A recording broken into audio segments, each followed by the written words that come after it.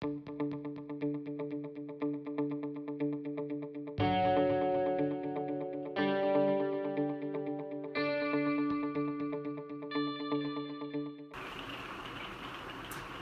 guys, as you know, I recently installed some Battleborn lithium batteries.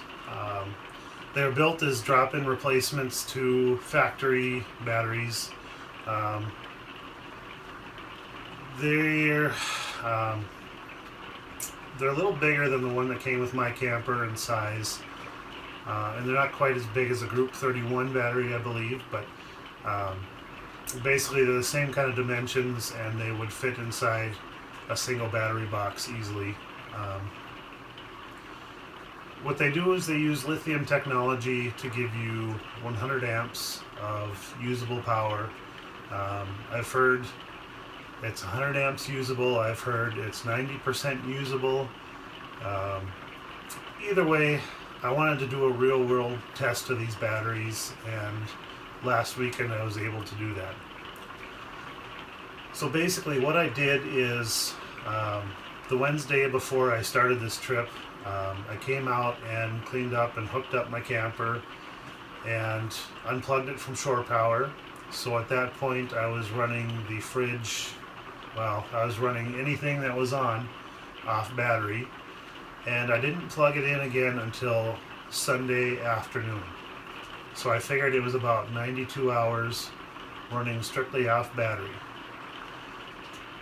And basically,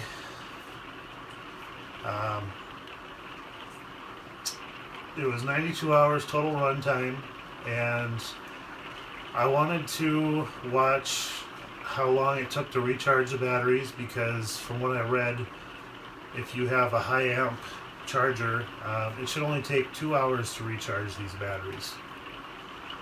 So I wanted to watch that, but I didn't get a chance to. So all I know is it takes less than 7 hours to recharge these batteries fully. And I can say about 150, I had about 150 amps of 6-volt batteries, the flooded deep cycle batteries at one time a few years ago.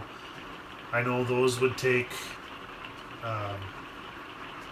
it seemed like I couldn't get them recharged. If I was out boondocking and running my generator, I didn't want the generator running long enough. So, I mean, 4 or 5 hours after they were drained, 4 or 5 hours after I started charging them, I would usually shut the generator off. And I never would quite get them fully charged.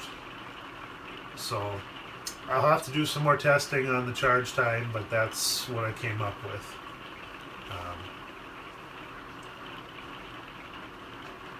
So here's what I did in 92 hours. The fridge was on for the entire time. The carbon monoxide detector was on for the entire time. And there's a light that I installed, an LED strip light. It's about 10 inches long behind my control panel to light that up. That was on the whole time for 92 hours as well. And the TV antenna booster was on the whole time as well, because I forgot about it. So there I had 4 items drawing at most, looks like I had about 50 amps, or half an amp, I'm sorry, about half an amp being drawn for 92 hours straight. And then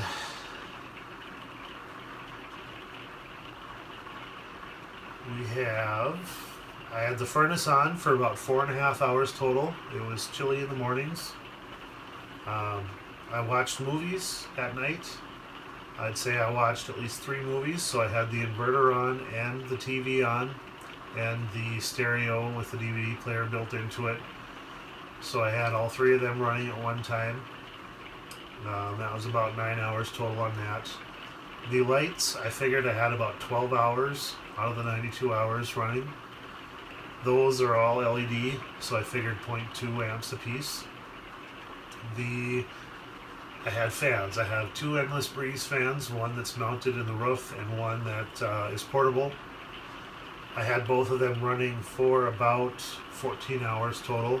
I left them on one day on the hottest day to keep air circulating. Hood fan, I figured I ran for about 2 hours while I was cooking, different days. The inverter ran for a total of 9 hours, and I figured that was about half an amp. I figured that without a load because I wanted to figure out the TVs and that kind of stuff separately. So the inverter did not use half an amp while I was running it, but that's the power that it requires without anything plugged into it. So I counted that, and then I counted all the other 110 appliances separately. Water pump, I figured about half an hour of usage, just 2 showers and washing dishes and stuff like that. Had the radio on for 9 hours. And the amber porch light, I had that on for a couple hours one night. Basically, I turned it on and forgot about it, so it ran for 2 hours.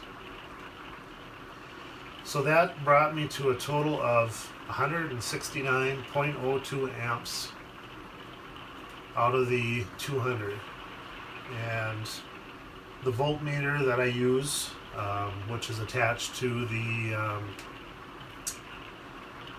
it's attached to the inverter. The inverter display shows me a volts on the batteries. That said 12.2 volts when I was just before I had plugged into shore power. So I still had a little more room to go. From what I know, I figured I could have used probably 20 amps more before the batteries would have been fully dead. So that's where I got to. That's how much I used. I would say that this usage is typical for I don't want to say a boondocker, typical for a boondocker, but this would be typical for somebody who's boondocking while being a tourist.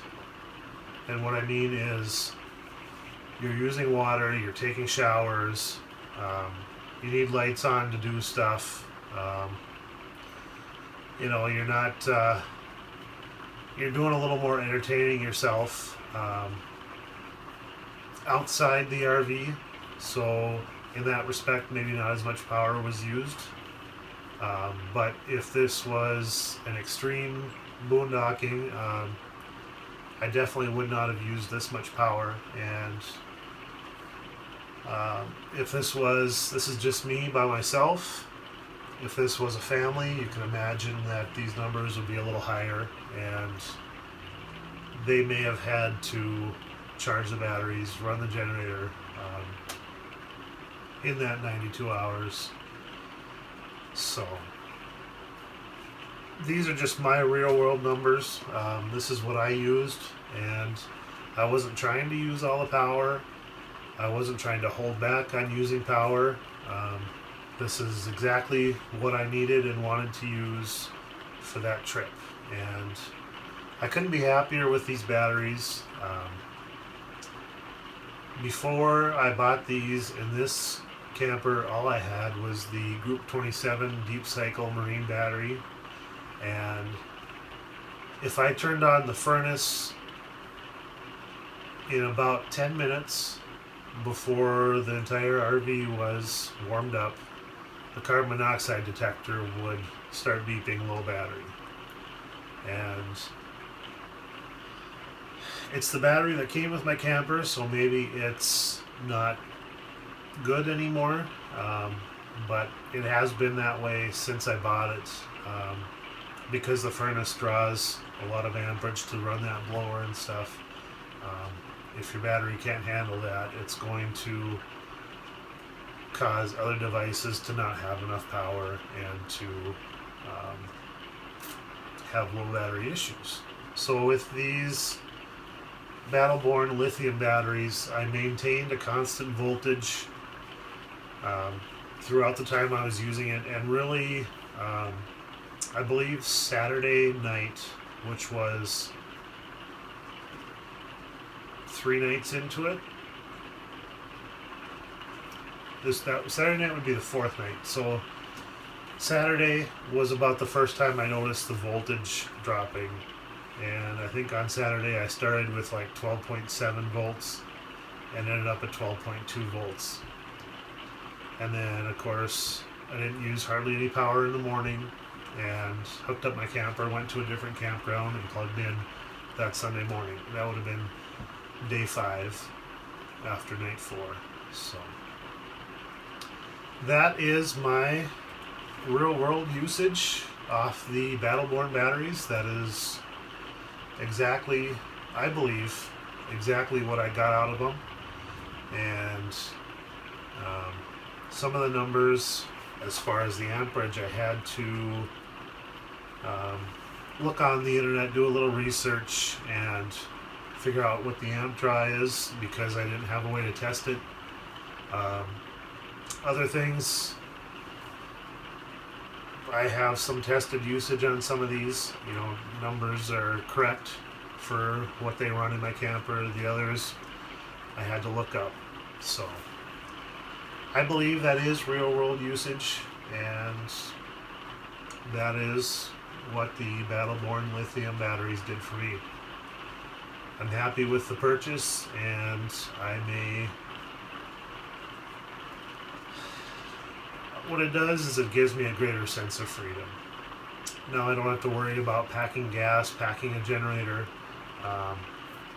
I'm more likely to now get in my RV and just go.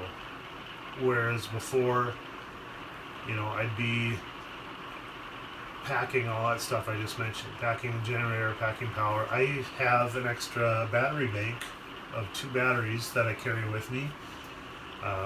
I no longer need to carry those. I don't need to worry about draining my truck battery or anything like that.